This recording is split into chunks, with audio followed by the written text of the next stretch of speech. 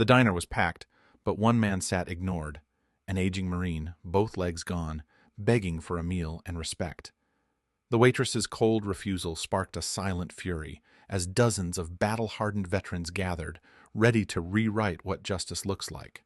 But what happened next will shock even those who thought they'd seen everything. But first, let's go back to the beginning.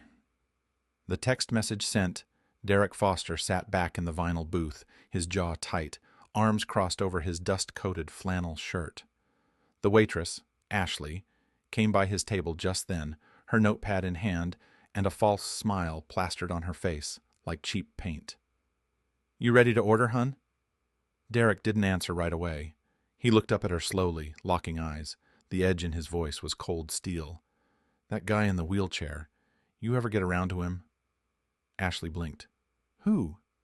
"The Marine, table 9. You walked past him at least 6 times. Her face tightened. "Oh, he didn't look like he was in a hurry.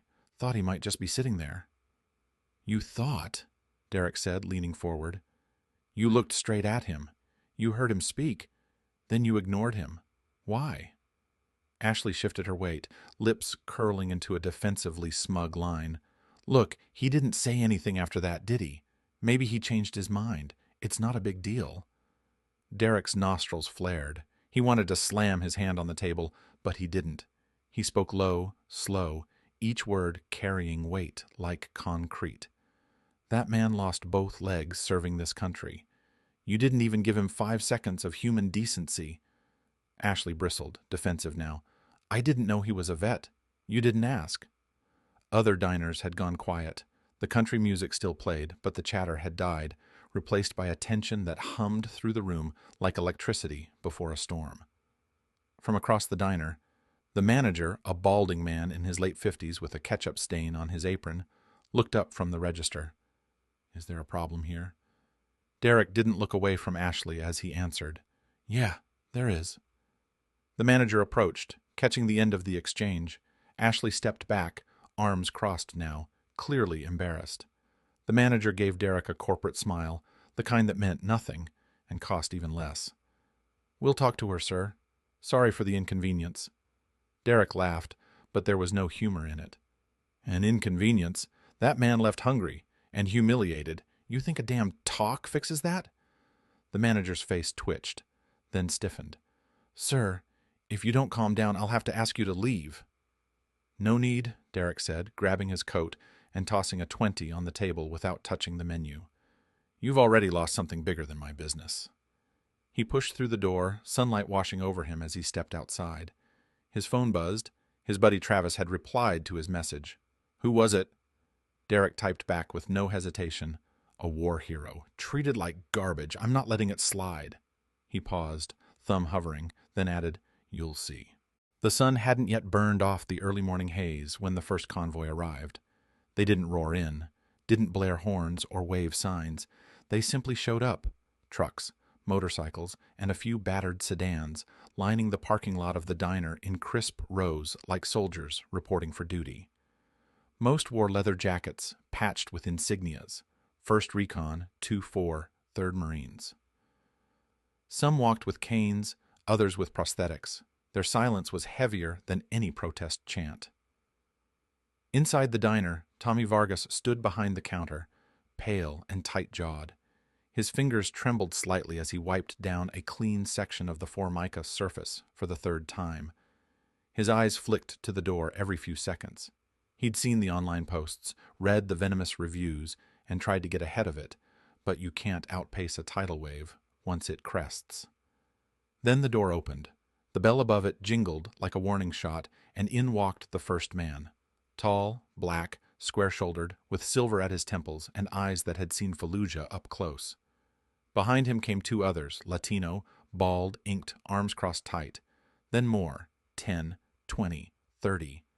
The diner filled in minutes, boots scuffing tile, chairs sliding, the air changing with the sheer density of presence. No one needed to announce anything. Their message was their arrival.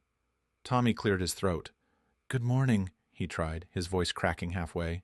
"Coffee's hot." The first man approached the counter. His name patch, still sewn onto his field jacket, read Delgado. He nodded once. "We're not here to cause trouble. Just breakfast." "Of course," Tommy said, scrambling. "Of course. Your table's ready." There was no table ready for this many, but Tommy was already barking to the kitchen, trying to pull together every chair, every spare mug, every ounce of grace he had left. He glanced toward the entrance again, hoping it would stop, but they kept coming.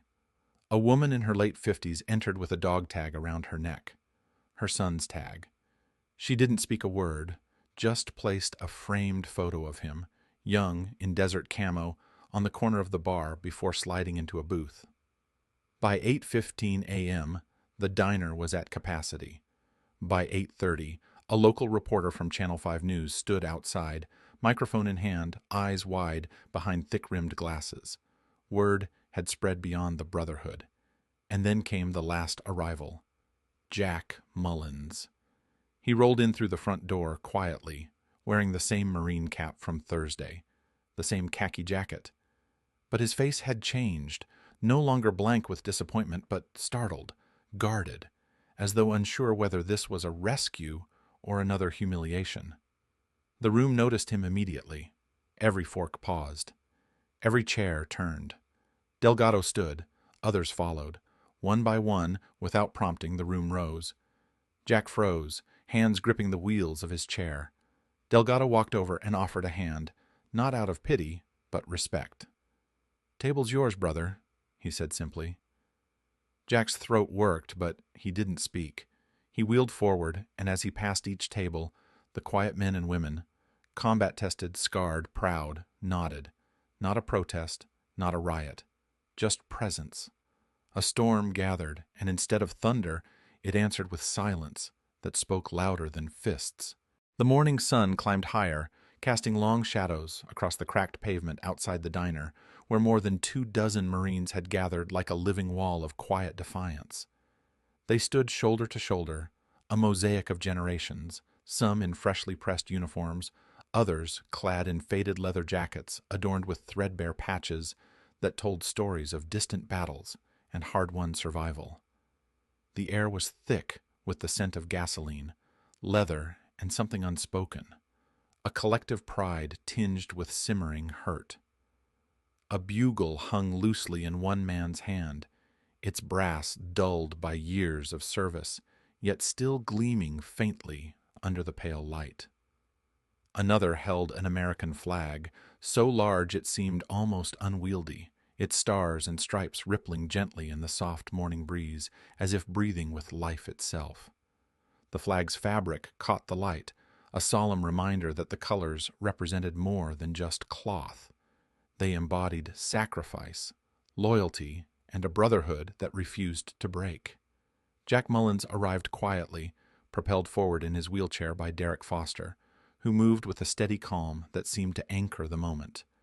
2 former Navy corpsmen flanked Jack, their expressions grave yet tender, as if guarding not just a man, but a symbol, one of endurance and dignity marred by neglect. Jack's eyes scanned the faces around him, some marked by fresh scars, others etched with years of silence and loss. No words were exchanged. There was no need. They filed inside with measured purpose, filling every booth, every chair. The diner, usually a haven of casual chatter and clinking dishes, felt transformed. Each order placed was deliberate, and loud enough to drown out the memory of Thursday's silence. Platters arrived piled high, steak and eggs, bacon and hash browns, thick-cut toast dripping with butter. The tips left were generous, far beyond what the menu's modest prices required, stacking up on the table like a quiet challenge to the idea that veterans were owed charity. They paid their way with pride intact. Phones emerged from pockets to capture moments frozen in light. Jack's smile, subtle but genuine, the embrace of 2 old friends reunited by fate and circumstance, the tear that slid quietly down a hardened cheek. This was no spectacle, it was reckoning. Tommy Vargas emerged from the kitchen, his apron stained from the morning rush, face taut with emotion he struggled to suppress. He approached Jack carefully, as one might approach a fragile relic, uncertain whether to touch or simply admire from afar. "I heard what happened," Tommy said softly, voice thick with regret. "And I'm ashamed. That's not who we are." Jack nodded once, the simple gesture carrying the weight of 1,000 unspoken words. "I appreciate that," he replied, voice steady. No bitterness, just quiet resolve. Tommy turned to face the room, his voice growing firmer, the shame transforming into a promise. "Your meals are on the house today. It's the least we can do." A cheer erupted, raw and spontaneous, but Jack raised a hand, silencing the room. "No," he said firmly. "Let us pay. We didn't come here for handouts. We came here to show something." His gaze drifted to the empty station Ashley once occupied, untouched and cold. "That respect is earned, and when it's lost, it hurts." The day stretched on like a slow-burning ember. Customers who had read the stories online trickled in, drawn by something beyond curiosity, a desire to bear witness, to belong. They watched, then joined, becoming part of the unfolding narrative. Local news cameras framed the scene, capturing the faces of men and women who had known hell and returned to demand simple dignity. An old Marine preacher climbed onto a chair, his voice steady as he offered a blessing, not just for the meal, but for the gathering itself, a community bound by sacrifice and the fierce need to be remembered right. By evening, the diner had never seen such business, nor such raw emotion. The storm had passed, but its echoes would linger. Meanwhile, Ashley sat alone, her cracked phone screen casting a dim glow over her face. Hundreds of comments scrolled endlessly. Heartless, entitled, disgraceful. Not a single defense, not a whisper of understanding. Even her parents' silence felt like a verdict.